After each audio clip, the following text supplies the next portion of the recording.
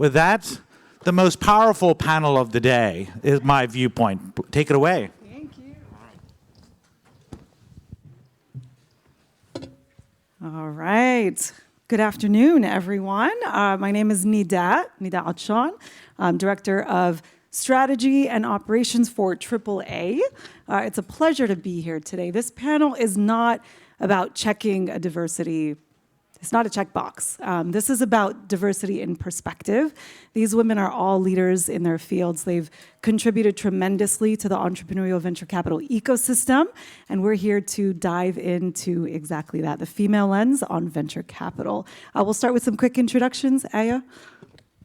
Testing. Hi, everyone. Remember me? I'm back. I will, 15 seconds, introduce myself. Ayah Hamdan, born and raised in the Bay Area. My background is pretty exclusively in healthcare. So I'm an ex-academic, ex-pre-med. I've studied public health. I'm an epidemiologist by training, and then pivoted into the world of startups. So I spent a few years at Carbon Health when they were in their Series B to C growth stage, and had my own little startup for a little bit, decided I didn't want to be an entrepreneur. I want to help other entrepreneurs, and that led me to venture capital. So I've been at Plug and Play for about 3.5 years now. I lead their health practice.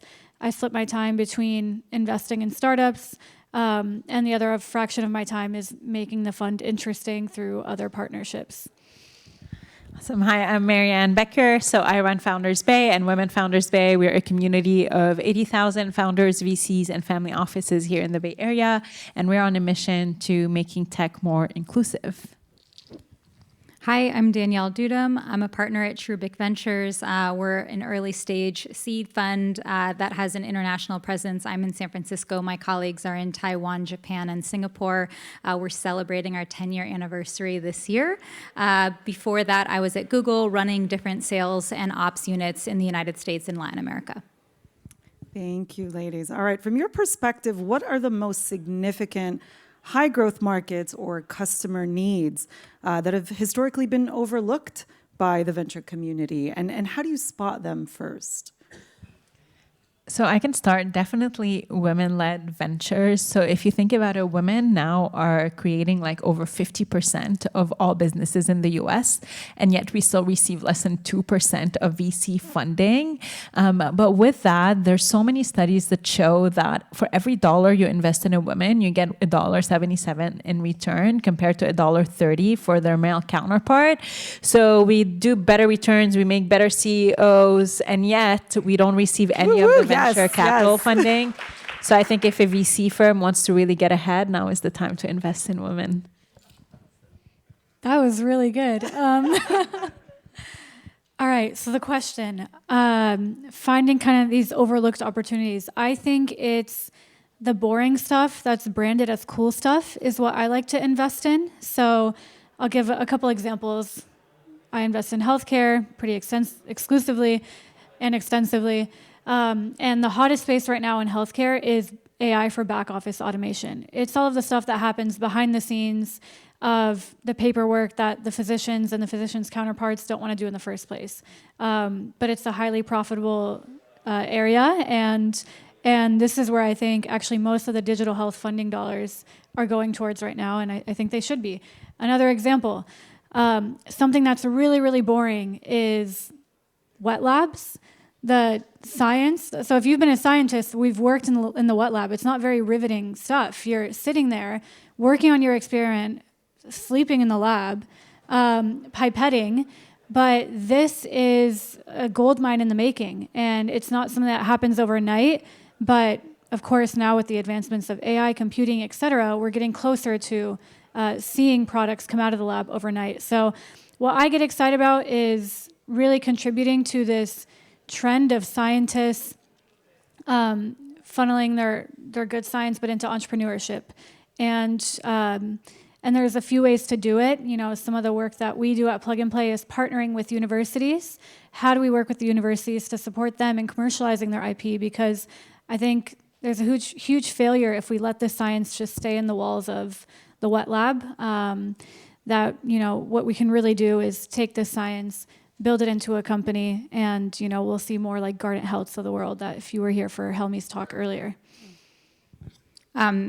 I would say something that our fund is looking into more and more is what does human productivity and value look like in a world of artificial intelligence. All of our portfolios are building to help improve efficiency and reduce headcount, and a lot of the enterprises that are leveraging artificial intelligence are measuring its success based on FTE reduction, which is great for margins. This is great for the market. It's not great for humans, and I don't think these things need to be mutually exclusive. So how are we helping humans retool their understanding and sort of find their place in a world of artificial intelligence? And so, some of the things we get really excited about are, helping, improve humans' education, help them think through like what role they're playing in their work, what role they're playing in their world. And I think human productivity and humans needing to feel valuable is really important. And a lot of that value is found through their job. If those jobs are being reduced, where are they spending their time? And I think that there's a lot of people focused on how artificial intelligence reduces headcount, but we are curious about how does artificial intelligence help improve where people add value and how they spend the hours of their day. Thank you. I'm hearing a lot of out-of-the-box thinking, and it takes me back to something we heard earlier today, which was invest in what's hard, or just maybe think critically about our investments. Let's talk about this concept of billion-dollar opportunity. How do you define that? And are there models or missions that your firm champions, even if they don't fit that traditional sticky growth story? I can start. I don't have a how do I define it or how do I spot it, but I suppose like one exercise I like to do with my founders when thinking about launching a new product, or with myself and my partners when I'm thinking about should we invest in this company, is what happens if everything goes right? If everything goes right and we hit every single tailwind and we beat every single odd, is this product going to fundamentally change the market? Is this business going to fundamentally change an industry? And if the answer is yes, even if it's a 1% chance, then it's worth doing. And I think this is a really helpful exercise, not just for investors, but for entrepreneurs, because you're constantly challenged with, having to figure out what to prioritize from your customers because they have relentless asks around certain features and your roadmap is constantly being recalibrated. So thinking through things with a lens of, okay, if we were to build this, what happens if everything works out? And if everything works out and it's a game changer, it's probably worth doing. If everything works out and it's still a small business, or it's still like the feature only touches a small percentage of your customers, it's probably worth deprioritizing or passing on. I can answer, I guess, how we try to spot it. And there can be some tension sometimes between myself and the investment committee.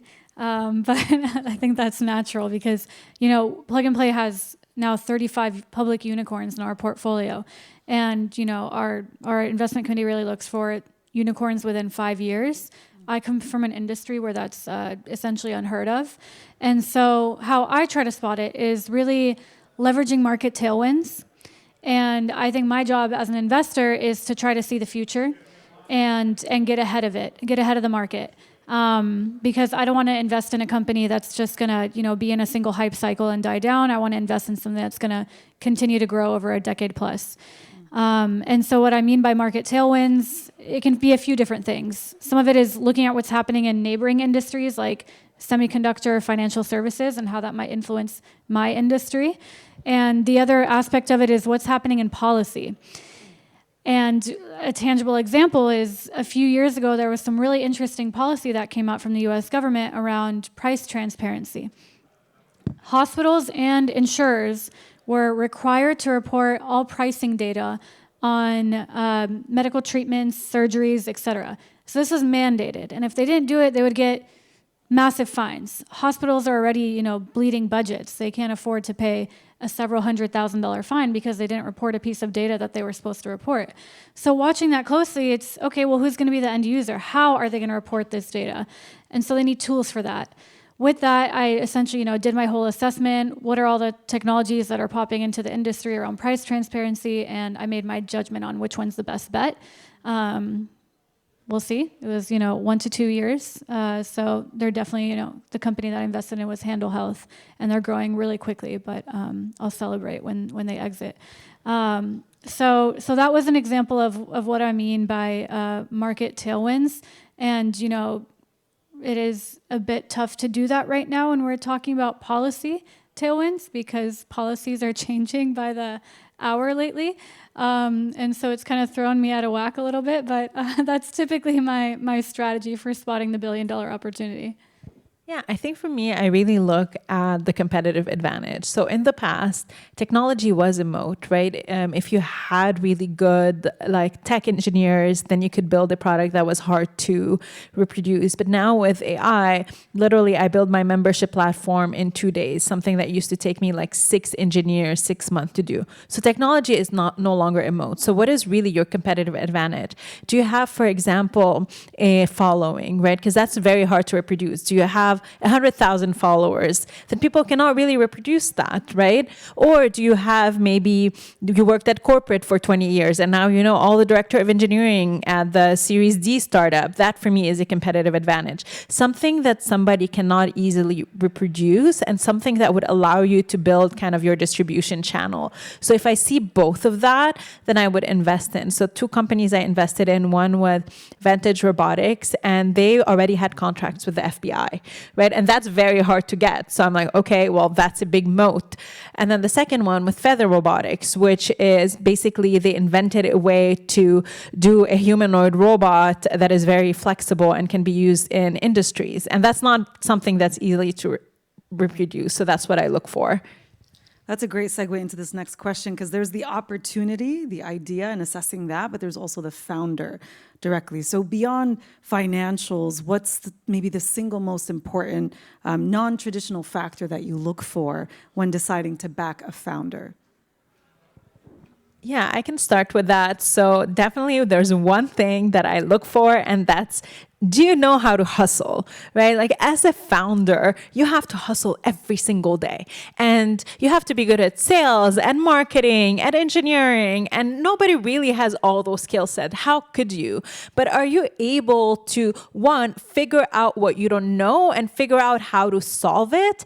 And if you're able to do that, then there's nothing stopping you. That means that even, let's say you're doing your business and it's not working, well, now you can go and you can hustle and pivot to something else. And that's what I look for. I agreed 100% hustle, but I don't know if there's an adjective to describe it. For me, I look for a feeling, which is, do I want to leave my firm and go work for them?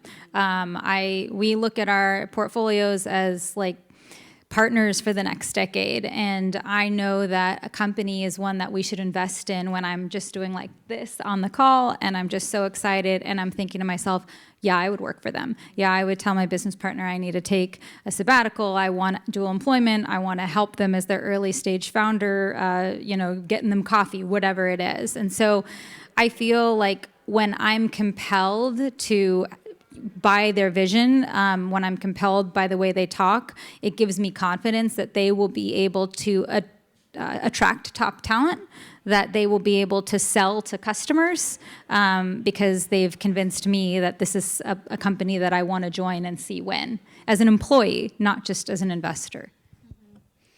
Yeah, absolutely agree with both of your points. I think the obvious answer is always team, and I'll use an example. Penguin AI is the company that we invested in their seed round, and the founder and CEO was the chief digital officer of Optum, United Healthcare, and Kaiser Permanente.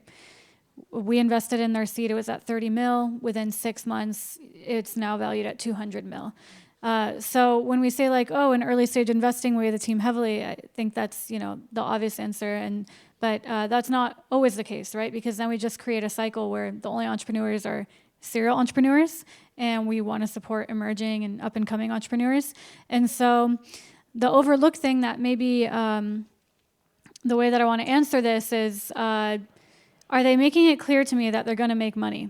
And this might be obvious in other industries, but in healthcare, everybody that's building in the healthcare industry is deeply passionate about it. Most entrepreneurs building in the healthcare industry either had a personal experience or their close family member, loved one, had a personal experience where they were hurt by the healthcare system, and so they're trying to change it. And so when I'm being pitched by startups for funding, they'll spend half the pitch telling me about, how they were deeply impacted by the healthcare system. And of course, I'm open to hearing those stories. And sometimes my husband hears me on these calls and he's like, you lack so much empathy. Like, they're telling you about their family member that passed away and you're just like, so what's your traction? Like, what are your revenue numbers looking like?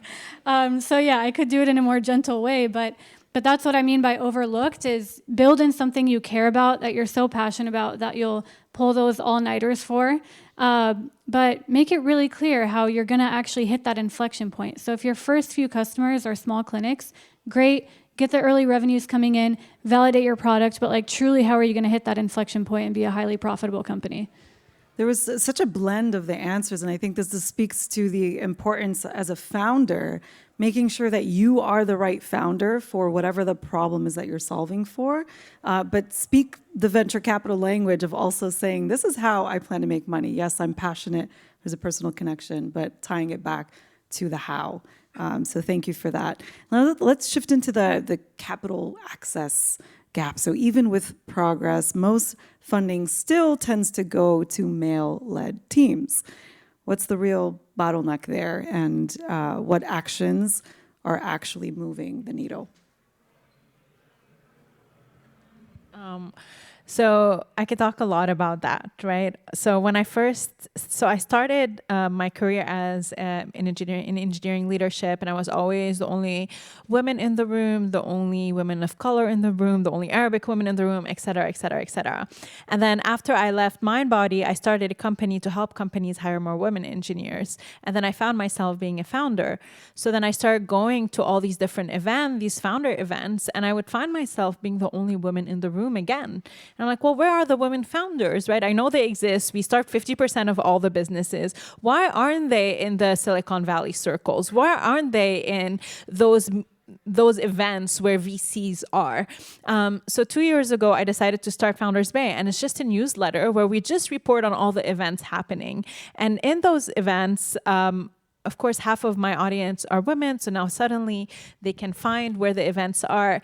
But more importantly is doing initiatives to make sure that women are represented on stage, like Raed here is doing, right? Because we need more women voices on stage. 80% of tech influencers are men. Why is that? So we need our voices heard. And the way that we do it is, one, by supporting each other, right? Whether you're a man or a woman, if you are at an event and you don't see a woman on stage, or if you don't see women in the attendees, go speak to the organizer and tell them, what is going on? We need to put more women on stage. We need more voices to be heard so we can all start to solve this problem together. Anything you want to add? No, she's very good. But, this is actually the first time I've been on an all-woman VC panel. I've been on many manels. You're all familiar with the term of manels? Okay, yeah, I'm on a lot of those. And so I definitely can, add to what Mariane is saying. And definitely, some of it has to be extremely proactive, of going out of your way to just make sure that if you are hosting an event, that you're going out of your way to kind of attract a diverse group of folks. But the problem of women getting female-founded teams getting less than 2% of venture dollars, I want to see, kind of the root cause of it being addressed, which is there need to be more female entrepreneurs. There are many incredible female entrepreneurs, but there can be more. And so, like you said, there are fewer women studying engineering. So going to the root cause of just changing some of those social norms, because there's nothing inherent about a man making him a better engineer, but it's just more about the social norms of women are less encouraged to go into the field of engineering. And so over time, that creates that compounding effect of fewer female entrepreneurs. I would just add one thing, because now we're giving advice to the group. When you do put together your next female panel, or make sure at least there's a woman on the stage, my ask is to not ask her what it's like being a woman in her work, but just ask her why she's good at her job and what is her unique perspective on a certain industry or a certain customer, or how does she build. I think that we have a tendency to overcorrect, and as a result end up diluting the content once a woman gets the stage and the microphone. So I don't really want to talk about what it is like being a woman in venture, but what it is like investing in companies that have a track record of success. So hold space for them to be peers in content and give them the benefit of the doubt. There's more for them to talk about than what it is to be a minority, and they have a lot to share, and you want to hold space for that. Thank you. Yes. All right, thank you all. So for anyone looking to transition into a new stage of building, what's the most important mindset shift or skill that they need to cultivate? Mariane. I would say, again, like grit and hustle, just learn how to solve problems that you're not familiar with.